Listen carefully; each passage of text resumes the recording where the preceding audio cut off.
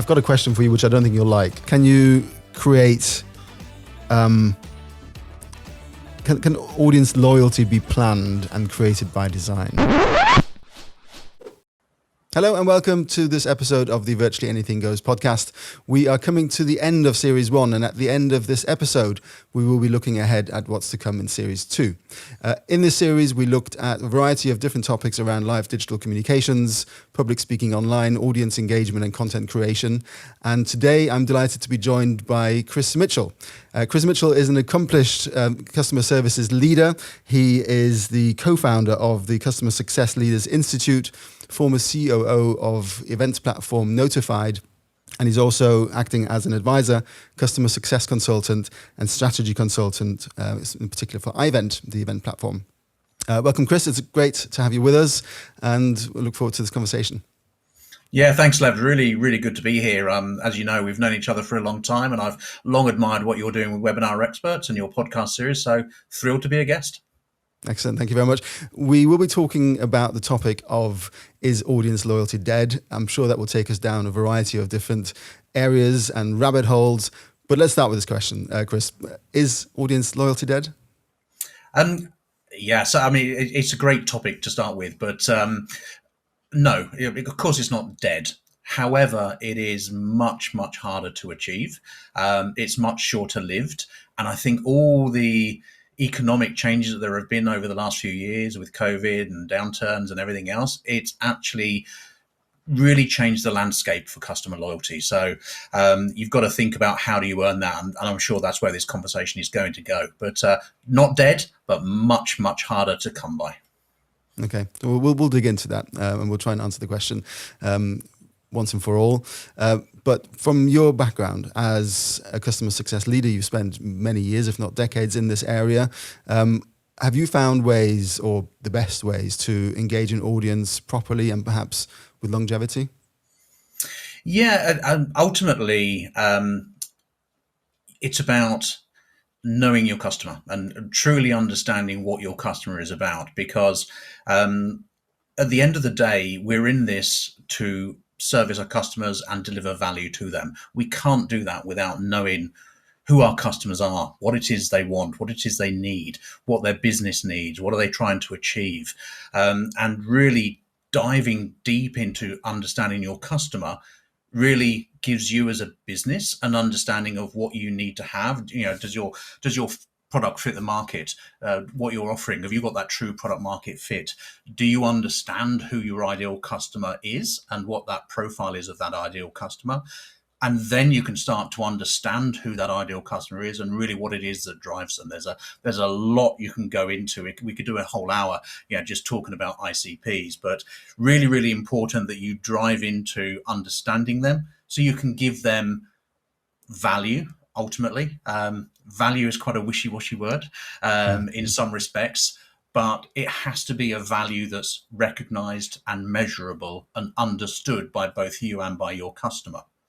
So you touched on a couple of different things there, Chris, and one was value. The other one was understanding your customer, knowing what motivates them, what they're interested in. Other than running surveys and gathering intelligence from conversations, how can organizations do that? Let's start with the kind of understanding what customers want. Yeah, no, that's a really, really good question. And ultimately, you have to talk to them. You've got to listen to them. Listening is absolutely key. So you've got to try to understand. Really, you're talking to people at the end of the day, and people have their own motivations, their own drivers. They have their goals and KPIs given to them by their business. But at the end of the day, they're at a certain level within the stakeholder chain at your customer organization. So it's not just about understanding what it is that drives them and motivates them. There's been a phrase around for a long time, WIIFM, what's in it for me? And that's just as true when you're talking to your customer, but you've got to understand what that means all the way up. So there are personal drivers, there are business drivers and everything else. You've got to understand both aspects of that. But with the people that you're working with on the customer side, they may not have the full picture either. So it's about going really deep into your customers and actually understanding that whole value chain, that whole stakeholder chain, and what it means to them. So particularly in the event world, I think this is quite easily understood when you're looking at external events that are around marketing goals. The event professional or the marketing professional you're working with, they may have been targeted with driving bums on seats at an event. But ultimately, as you start to think up and line that up to the ultimate goal of the business, it's going to be about revenue. So how do you get from bums on seats at a customer understanding level all the way up to revenue that's come from marketing activities through the events that you're actually running? So you then start to think and start talking to your customers about, well, okay, so you need the bums on seats, but actually it's about having the right bums on seats. And then when it's about the right bums on seats, actually, have they got the intent? So with that intent, have they got the budget? Is the budget in place, and what are the timescales they're likely to actually spend on that? And you start to build up a picture of understanding what it is the business needs to achieve as you go up that value chain. So you start to think about, well, what's the field marketer or the event marketer actually need? What does their line manager want? And as you get up to the director or VP of demand generation, what is it that they require? And then you go up again a couple of levels to eventually up to the CMO and the CEO of the business who want it to actually link into revenue. So you start to build a stakeholder map of goals and requirements and drivers, both personal and business, all the way up that stakeholder chain. And you've got to document all of that. Mm-hmm. And once you've started to document all of this stuff, between you and the customer, you've got to identify, what does value look like? How do I measure that value? What does success look like? How do I actually measure that success? And how does that link into my top level business goals? Then you start to create a customer success plan. How do I truly make this customer successful? Because ultimately, that's what it's about. I like to talk to my teams about focusing on how you drive value, not drive revenue, because the revenue comes along behind that. And that all ties into our initial question about customer loyalty. It's very easy for customers to see if you're revenue focused or if you're partnership and value focused in working with a customer. So it's about focusing on that and being true to those values that you hold as a business, and making sure that what you're doing is focused on customer goals and customer outcomes. So, it's quite complex, isn't it? It's both complex and simple. Yes. The premise is simple, isn't it? And the premise is absolutely simple. The account strategy, the account plan becomes a little bit more complex. And I think one of the most important things actually is delivering value has to be the common theme that runs through your entire organization. This is not the thing that one person or one team has to focus on. It's everything that you do. How do we build our product? Is that actually aimed at delivering value for our ideal customers? Because that's how we get that product market fit. So our developers have got to be thinking about delivering value. Our engineering teams have got to be thinking about delivering value. Our marketers have got to be thinking about that go-to-market strategy they have. It's got to be value-based. Content at the end of the day is a method of delivering value. So that links into that. Our sales organization, if you've got really good consultative salespeople, they are delivering value to prospects. And that's why the prospect wants to engage with a very, very good consultative sales organization. That consultative approach that the sales team has taken has to then cross over into the post-sales organization, making sure that we've understood the value drivers for this particular prospect that's turned them into a customer. How do we now engage with them straight away? So the onboarding process has to be aimed at delivering value as quickly as possible. And that's where we start to get into metrics like time to first value, so TTV within the SaaS world. If we're delivering value as quickly as possible, we start to flatten out the Gartner hype cycle, where you're all excited when you bought something brand new and, but all of a sudden you get that trough of disillusionment once you're getting to running with that customer and that vendor, because actually, all the excitement's gone now. And we've sort of now got into this trough of disillusionment. So making sure you've got that value delivered as quickly as possible. But that's where a lot of customers, or sorry, a lot of vendors can then make a mistake. They think about what is the end goal. And actually, from that initial excitement to the end goal is a long time and can take a long time to deliver that. So if you start to break that down and think, how do we deliver value constantly? So I talked about that common theme throughout the business of delivering value. I have to be delivering value with whichever department my customer is interacting with on an ongoing and regular basis, because if I'm not, that disillusionment sets in. Gainsight came out with a really nice, Gainsight, the customer success platform, pretty much set the way for the subject and the area of customer success. But customer success is equal to a customer's desired outcomes plus their customer experience. And actually, it's that simple. And that's what we were talking about, complex versus simple. So the premise is simple. If we give our customers the desired outcomes that they need to achieve, but we also give them the kind of customer experience that they need to have, that's actually where we get that customer success from. But you've then got to know, how do I measure and know that I'm delivering a good customer experience? And what are those desired outcomes that we have to measure? And actually, these become our success criteria, if you like. So once you put all of that together right across the business, you can have, I've done a lot of work with a guy called Dave Jackson, who calls this the red thread. The red thread running through your business is that delivering of value. And he talks about value elements all the way along the customer journey. So when you put this into the event space, and we think about an event, a standalone, very large event, and obviously I think no event should ever be totally standalone, but part of your event strategy. But actually the red thread running through that event needs to be the attendee journey. But as a tech vendor within the event space, it also needs to be about the event professionals journey as well. So we've got to make sure we're delivering value at all points. We've got to make sure they're having a really good customer experience at all points. And that then needs to transfer into the attendees of the events. They've got to be getting value at all points of the customer journey, and they've got to be having a good experience at all points of the attendee journey.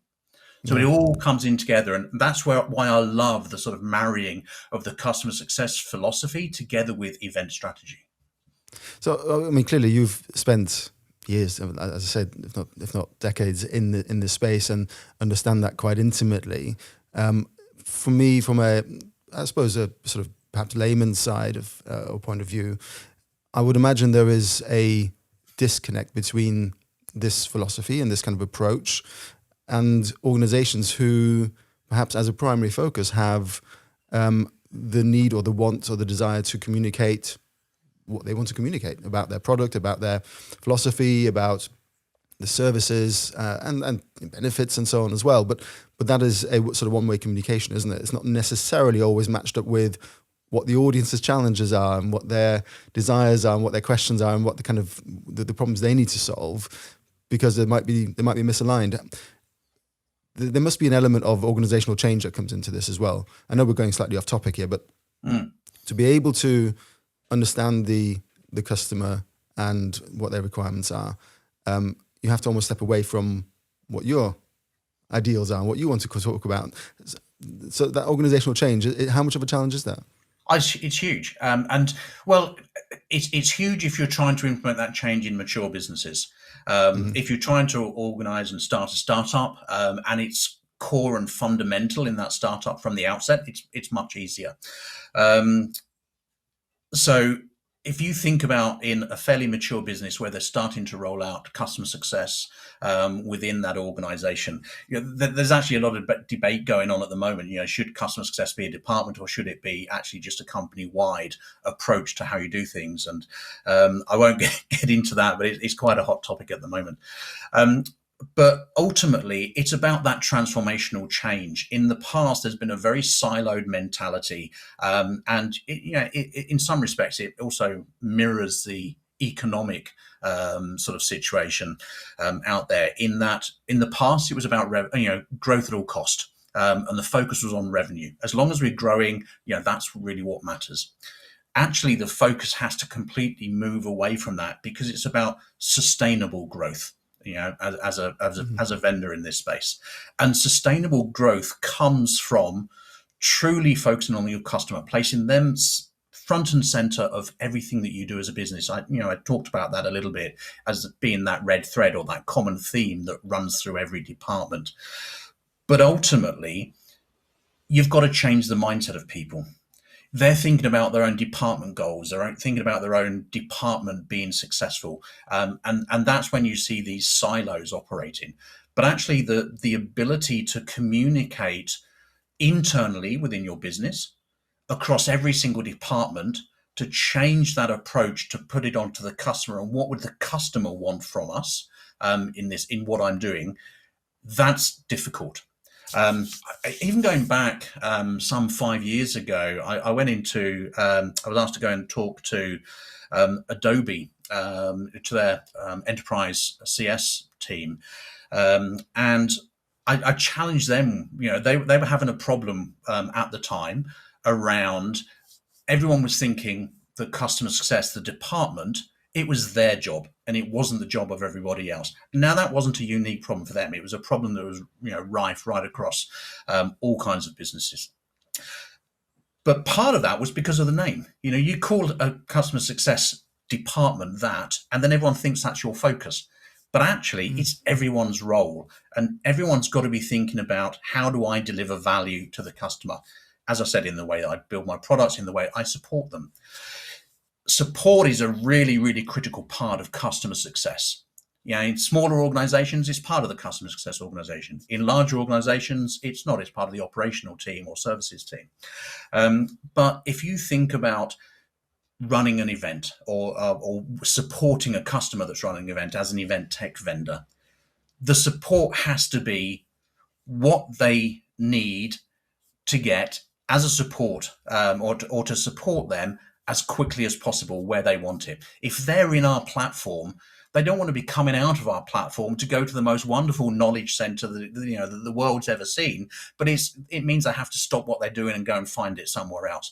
You've got to deliver answers and solutions where they want it, when they want it, in a simple and easier way as possible, to give them the answer as quickly as possible. I've been asked a lot of times, customers want to talk to a person. They don't want to talk to an AI-driven chatbot, for example. Ultimately, customers don't care. What they care about is getting their answer as quickly as possible, as efficiently as possible, so they can carry on with their day job. Because that's really what they care about, is doing what they need to. It's that "what's in it for me" thing, isn't it? So it's the first thing. Sorry, go on. It's the first thing I do when I do need to talk to a chatbot. First question is, can I talk to can I talk to an agent? And typically the bot either has allowances for that and says, yeah, we'll connect you, or you can tell from the answer they can't do that. In which case I'll probably just stop it there, because it's going to either not give me the answer or it's going to take too long. Yeah, and that's a really interesting thing, because we're programmed to want to talk to people, aren't we? So you must never deny the opportunity, in my mind, of talking to a person, because ultimately what's in it for you is that personal relationship of talking to someone. But then that means, or that says to me in that moment in time, that you're not necessarily that time driven to get an answer. Now, what if it says, yeah, I'm just trying to connect you to an agent you can talk to it, but in the meantime, just let me know what your question is so I can pass it on to them, and you type in what your question is, and it then delivers to you, whilst we're waiting for the agent, is this what you're looking for? And if you've answered it, and you go, great, that tells me everything I need to know. I now don't need to talk to a person. It starts to retrain you that speed can be greater than actually the personal relationship of talking to an agent. Because there's no guarantee the agent's going to come online and know the answer. So actually, what do you want at the end of the day? Do you want to solve your issue, or do you want to talk to someone? Yeah. In terms of yeah, absolutely. And in terms of, I guess, looking at the loyalty side of all of this, what we're talking about, you mentioned a few things in terms of scale, working with large organizations. Scale is important, clearly, for many organizations, if not all of them.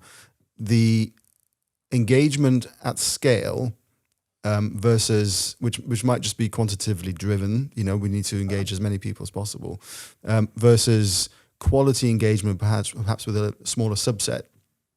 Which one is going to bring us towards audience loyalty quicker? Is it engaging the engaged audience at a higher quality level, but perhaps a smaller proportion of that audience? Or are we trying to engage as many people as possible with our content, hopefully with value, and that will bring us the audience loyalty that we're seeking? Do you have a view on kind of which is more important or which one's more effective? Yeah, I think you're maybe coming at it from a slightly different angle, because actually it shouldn't be about what am I trying to get loyalty the most from in the in the shortest space of time. Yeah. It's actually about, I know who my customer is. I know the type of customer I'm working to. How do I deliver value to them? How do I get them what they want, when they want it, and where they want it? So those are actually the focus key points. So if you're set up to deliver things at scale, then great. You can deliver value to a large audience at a time. If you're not, if you're a smaller organization, then that's got to be a more personal thing. But there are ways to do both, and you shouldn't deny both. So what does at scale mean? At the moment we're talking one-to-one. But if this were actually in a live webinar, and we had a live webinar audience where they could engage with us and interact, actually all of a sudden we've turned our one-to-one value into actually a much larger and scaled value delivery. So and this interview, once you put it online as a podcast, people are going to look at it in different ways, and I know you'll be able to sort of take key points from it, and this is a great thing. Content in itself is actually a value proposition, as long as the content is created to deliver value. And you've got to think about, why are we creating content? We're not creating it for the sake of creating content. We're trying to educate, we're trying to entertain, we're trying to inspire, we're trying to solve problems that customers are having. So when we think about the content that we're creating it to deliver that value.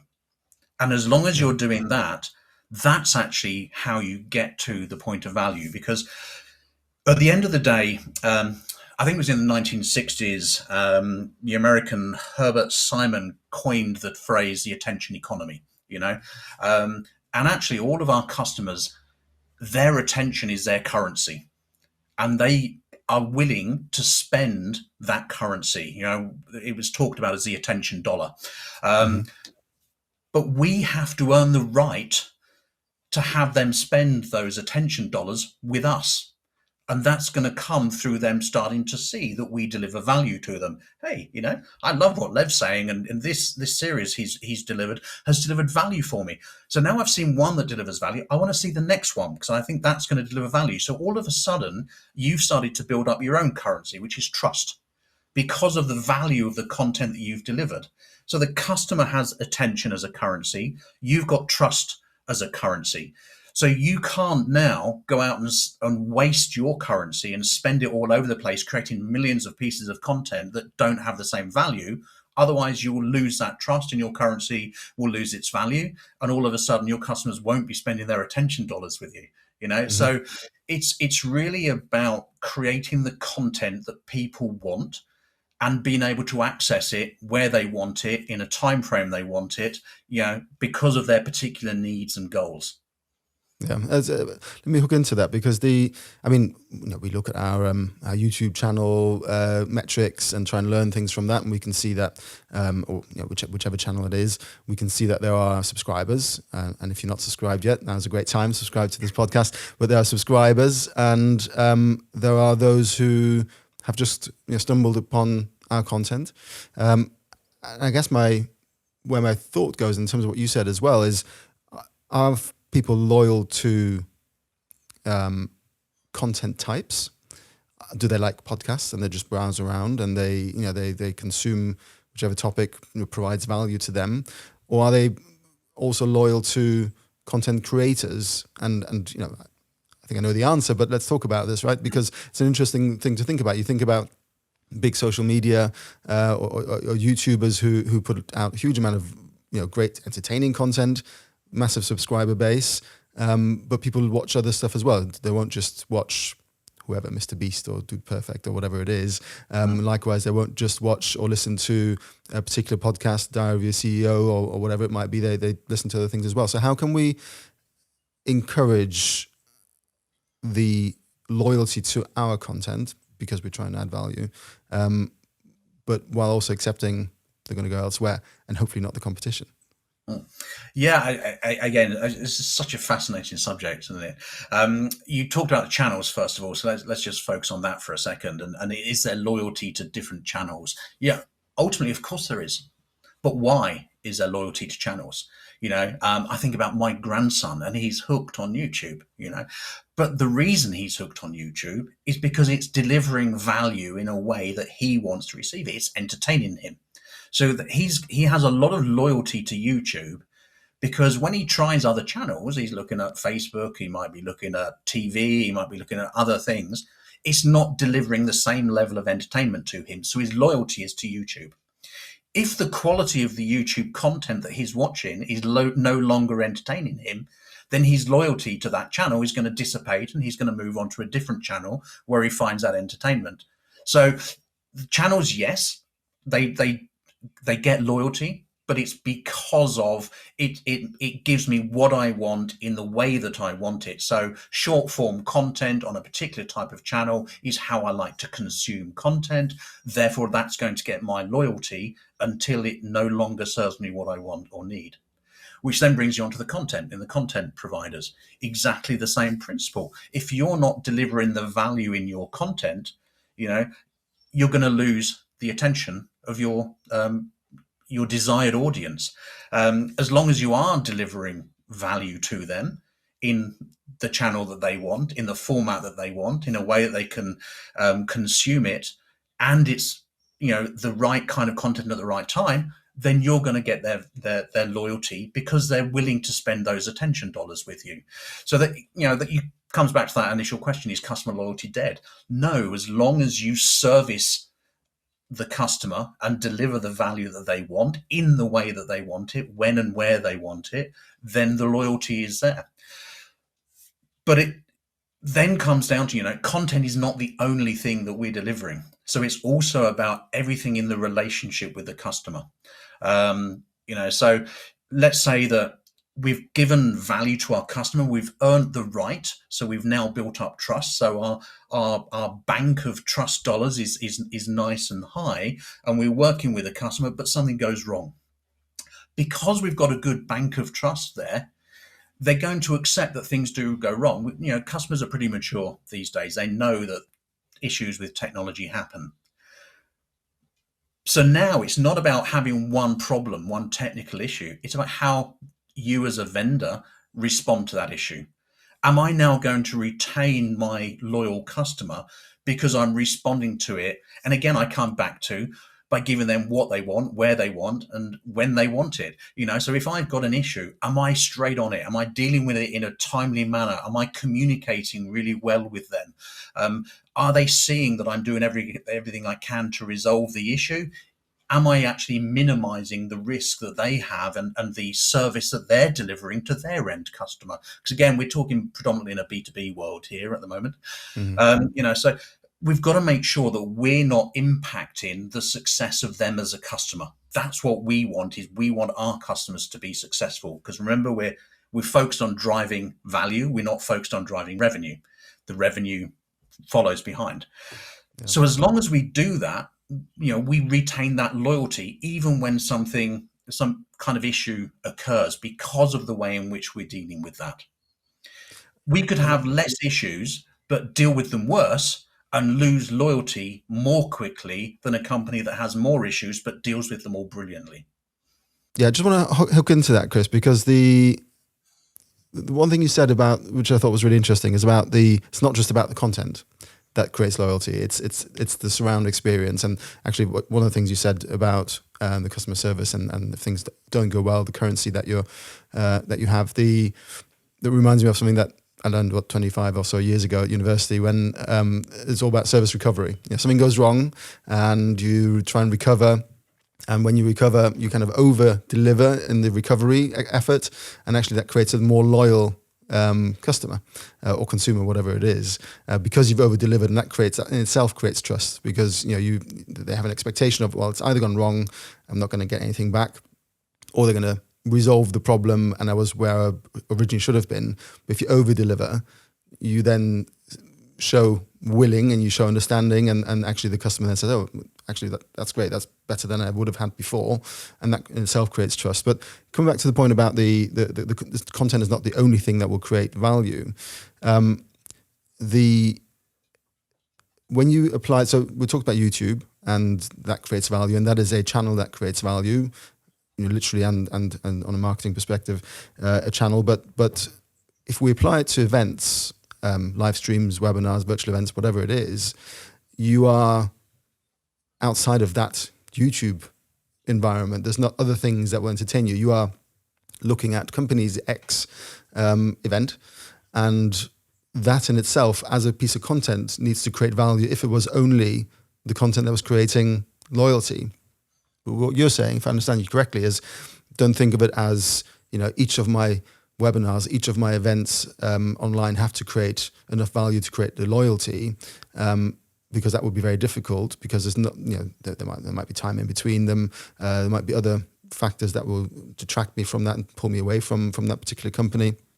So it's all the other aspects the company does that then creates that loyalty as well. It's the personal relationships, it's the customer service, all the different elements. Is that what you're saying effectively? Yeah, absolutely. If you remember, I used the phrase value elements across the customer journey. So your YouTube channel delivering content is just one of those methods of delivering value elements. It's not going to be your only interaction with customers by any stretch of the imagination.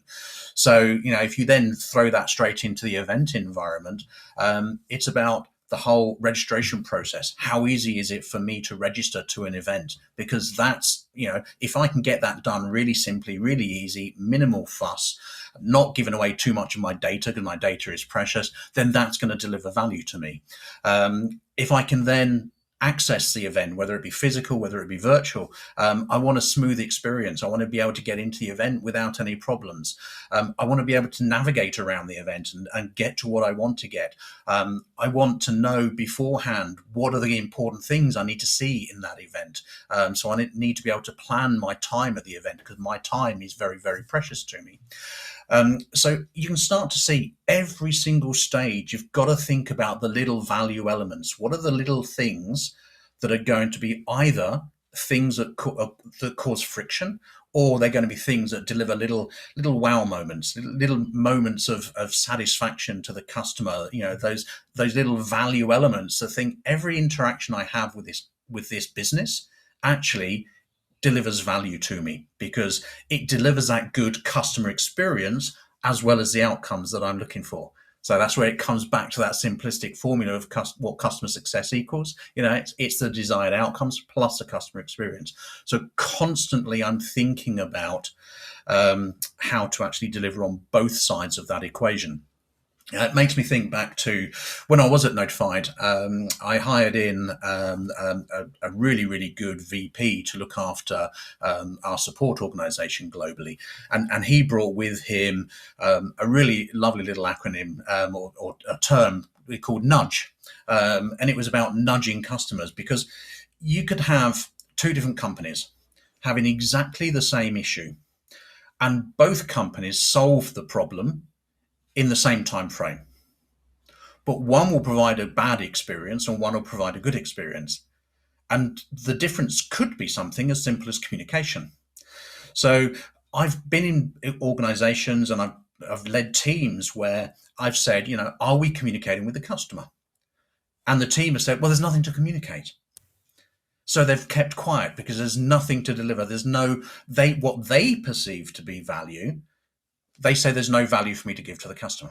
Not realizing, when you look at it from the customer's perspective, actually being told there's no update yet and we're still working on it as a priority actually is a valuable piece of communication to them.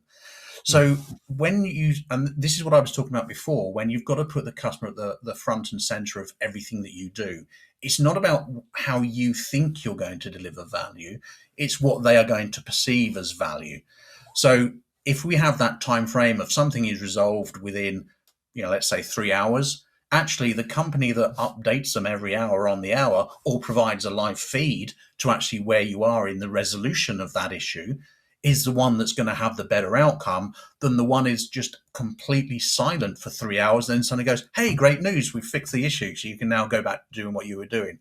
Well, great. I've just been stressing for the last 3 hours because I've got my line manager giving me earache because I wasn't able to do what I needed to do. So there's a massive difference. And the measuring of all of that is really important. The metrics are they're not everything, but they're really, really important to show progress. So everyone probably knows about CSAT, customer satisfaction. How satisfied are you as a customer in a particular interaction point? So at a particular point of the customer journey, what's my satisfaction level? NPS, Net Promoter Score. How likely am I to refer you as a business to my colleagues? Again, that's a big loyalty one there.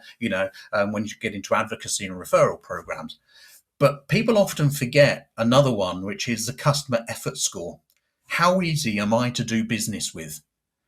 And that's more within the sort of support area. So when we're supporting customers, do I make it as easy as possible for you to do business with me? Do I communicate well with you? Do I let you know everything you need to know in order for you to do your business? And do I support you in a way that you want to be supported? So for you, Lev, when you're getting on that support line to the chat bot and it's telling you can't talk to an agent because it knows everything and it's going to do it for you, that's not, that makes them have a low customer effort score, in your opinion, because you want to be talking to an agent instead of to a chat bot. Yeah. But that process he introduced of nudge was all about the idea of next update due. So making sure that you tell a customer you're working on their issue, but when's the next time I'm going to communicate something to you, regardless of whether it's a resolution or not. You want to know exactly when I'm going to get my next update. Because if you don't get that update, you're going to assume the worst, or you're going to assume that they don't focus on me as a priority. So even if nothing's changed, because I've told you I'm going to update you in 60 minutes time, I'm updating you in 60 minutes time. Yeah. And now you can feel satisfied that these guys are really on it. They're really focused on it, and they're going to resolve this for me. Yeah, excellent. I've got a question for you, which I don't think you'll like, because just how you've spoken about this topic, and clearly you're very, very passionate about it, and quite rightly so. But I guess the question is, can you create, can audience loyalty be planned and created by design with what you do? Because it sounds a bit like it. There's these acronyms and then kind of processes and measurements and metrics, and it points towards that sort of, well, let's plan and design that loyalty in a way, but then you have a very different view generally with what we started off with in the conversation. So how does that fit for you? Yeah, I think it's a really good question. It's a really challenging question, which I think is great. Can I determine you will be loyal to me? No, I can't. Can I plan to do everything possible and design all of the ways in which I operate to give the perfect scenario for which I would hope you would become loyal? Absolutely. And it's about making sure that actually you are putting everything from a customer perspective, and you're building your processes and your frameworks from the customer perspective, not from your perspective. If you start thinking about, the goal of my company is to drive revenue, or actually we're going through a tough time, we're owned by a private equity firm, they're putting the EBITDA margins need to be tightened. We've got to really sort of focus on that. So we've got to do cost reductions and everything else. If that's the way that you're thinking in how you design processes, you're not going to be setting up the right way to design and plan customer loyalty. You're actually going to be doing the opposite. So you can design and plan for customer loyalty, but it's about putting the frameworks in place that allow you to be authentic and deliver true value from the customer's perspective, not from your own. So I I'm thinking back to a Pirates of the Caribbean reference now. Actually, yeah, more guidelines and rules. I can't remember the exact phrase that it is in there that one of the pirates uses. But when you think about these frameworks and processes that you design, if you make them too rigid, they're not going to give you what you need, because it doesn't empower your employees to actually be flexible and respond to our customers' needs. But if you put plans and frameworks in place that are guidelines, that's back to that reference now, then actually that allows and empowers our employees to do what's right for the customer in a given scenario. So it allows them the flexibility to go outside of that plan and that design to actually make sure we're meeting the customer's desired outcomes and delivering on that customer experience that ultimately gives us the customer success. So, I mean, it sounds to me like there's no place for cynicism in audience loyalty and customer success. If as an organization, it's trying to force people to love us and like us and be loyal to us, the audience will recognize that and be equally cynical back and say, well, hold on, you're taking the mick here. That's, I don't feel there's any genuine interest in my well-being and my areas of interest in my challenges. And I think we all become attuned. I was just talking to a colleague the other day about starting to become attuned to recognizing what content may be generated by AI, whether it's written content or different kind of content. And it's not been going for that long, but we start to tune into certain elements of that. And I think from an audience perspective, it's similar. If value is being created or content is being created, then we recognize on what premise that's been done. Has it been to get me to sign up to something, and then actually, I was clickbaited into it, and actually the content itself wasn't really that great, or was there genuine value and perhaps even no selling effort involved in providing that content? It was just, here you go, here's value, here's insight, do with it what you need to solve your challenges. I recognize that. I'm sure everybody else recognized that as well. And as soon as, and now we come to our second speaker, and then he's, sales manager of so-and-so, and then starts pitching. I'd imagine that's fairly quickly where then a drop-off rate starts to increase. Yeah. No, this is really interesting, and we'd love to hear from the audience as well. Obviously, this is a recording, but get in touch with us. Leave some comments below if you can, if depending on which platform you're on and watching and listening to this. But we'd love to hear your experience with this, your thoughts on this conversation. I think it's been a really great insight. We're not done yet, though. We have my favorite part, which is the virtually anything goes question, where I get to turn the control over to Chris to ask me a question. I've asked you plenty of questions, and the virtually anything goes question, if you're not familiar with it, if you're listening to this podcast for the first time, is where Chris can ask me any question, whatever he likes, on any topic, and I have to answer it. The only caveat is Chris then also has to answer it himself afterwards.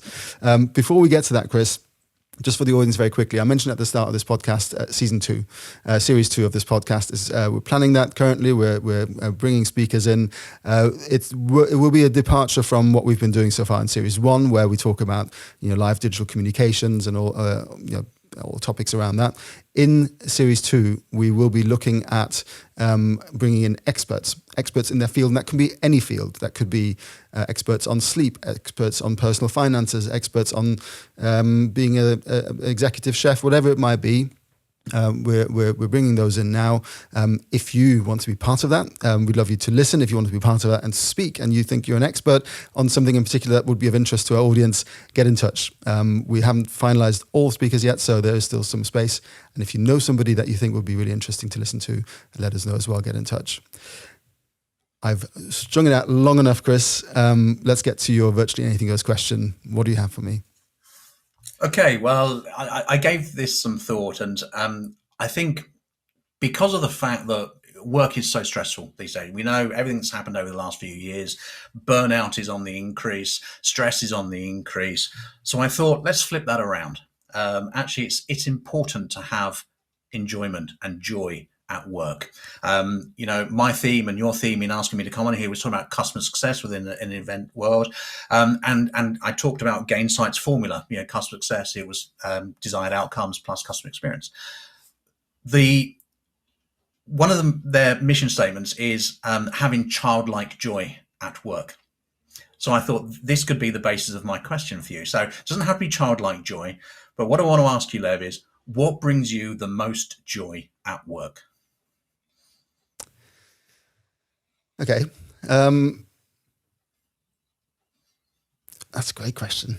I do enjoy work, and I enjoy work for work's sake because I love what I do. But it has to be centered around the interaction with our team here. And there will be times of intense work where everybody's head down, and there's times of during the day or during the week where we sit back and talk about maybe not childlike things, but it could be the latest AI thing, the latest GIF, the latest experience that somebody's had.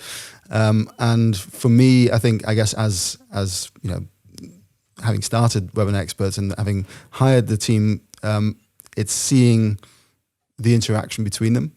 And I may not always participate to the same degree, but listening in to the conversations, listening into what is being discussed. And sometimes that's while I'm doing something. Sometimes it's turning around and participating. I think that brings joy. We did spin that further, actually, just thinking about it now. We did spin that further, and we built a soapbox cart not too long ago as a team. And when I say we, it's a royal we, because I'm useless at building things, but you can think of me as the money man. But we did that for charity, and we created this soap. We had great plans. I mean, we had amazing plans. You should have seen the plans; they were brilliant. We were going to have a mold for fiberglass, and that was going to create the body of the soapbox. And we were going to build everything from scratch. In reality, we took a few shortcuts, and we bought a frame, and that already had wheels on it. We had to do a few welding jobs, and again, when I say we, it was somebody else we knew. But that was great fun, and there was getting together, getting out of the office together, and just getting hands on with things, and then but also creating content around that wasn't necessarily sort of work content, and just doing all of that to raise funds for a great charity, the Adullam program.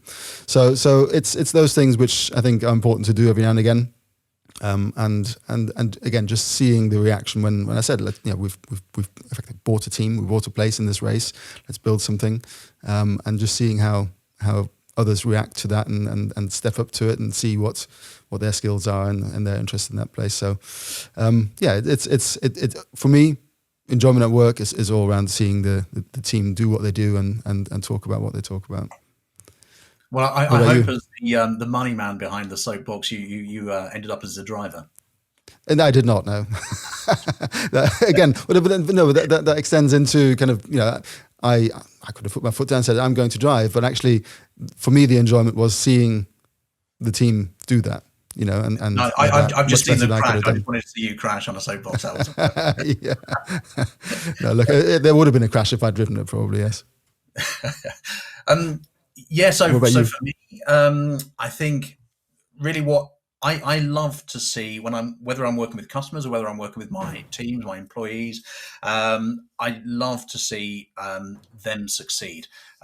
Going back a number of years, we introduced a KPI of looking at how many of our customers could we get promoted because of how successful they were working with us.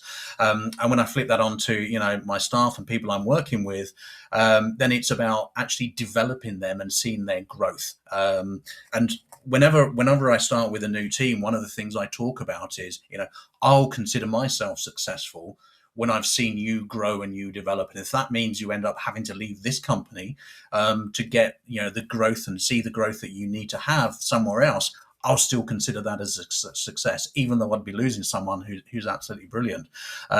So building that up. And I had a great moment of joy recently where I was asked to mentor a manager she was running a few customer success teams. And I was asked to do some mentoring with her because she was fairly new into the world of management and didn't have a lot of experience in it. So I started mentoring her. We were meeting on a weekly basis. And after, I think it was just after 3 months or so, the original VP that had asked me to mentor this manager got in contact with me, reached out and said, so happy that you're mentoring this person. And we've really seen a change in how they're managing their teams and how they've grown and their maturity as a manager within the business. That wasn't my company; it was a completely separate company. But the joy that gave me was enormous. Just to know that I'd helped someone be more impactful within their own organization was absolutely fantastic. So I love growing and developing, whether it's customers or whether it's employees or people I'm working with. For me, that brings me immense joy. Yeah, that's great. And actually, you reminded me there with that of a customer that we work with. One of their leaders in the sort of tech field had sent an announcement, and actually we were in the office when the announcement went out, and they actually brought people around as well. And so they announced that one of the sub-team leaders was leaving, and he sort of talked for 2-3 minutes about this colleague or this person leaving, and he said he was delighted. The fact that he was leaving, not because he wanted him to go, but because he was such a great guy, and he developed so much during this time at this company, and he hoped that he'd do well at the new company. And it's the first time I'd heard that, and you just said the same thing. Wanting to see people grow and be promoted, but if they leave, then it's because probably for the right things, if you've done everything right to get them to where they are. And I think it's a really nice mindset. So that's great to hear. I tell all of my leaders that your number one job is to try and make yourself redundant, because you've made your team so successful they could do it without you. May or may not be the right approach, but actually I think that's really successful in developing your teams. Yeah, absolutely. I totally agree.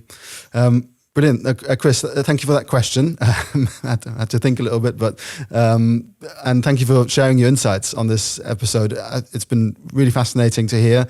I think it's really refreshing to hear as well how you think about this, because it's quite easy, I think, to go down a bit of a sort of down a route that you think is right, and actually hearing a few other opinions and approaches and backgrounds on that is really interesting as well. So thank you for sharing that. And if you enjoyed this podcast, if you enjoyed what Chris and I spoke about, subscribe, like, share this. We want to get this information and this insight out to as many people as possible. So we'd love for you to come back. There's more episodes coming in this series still.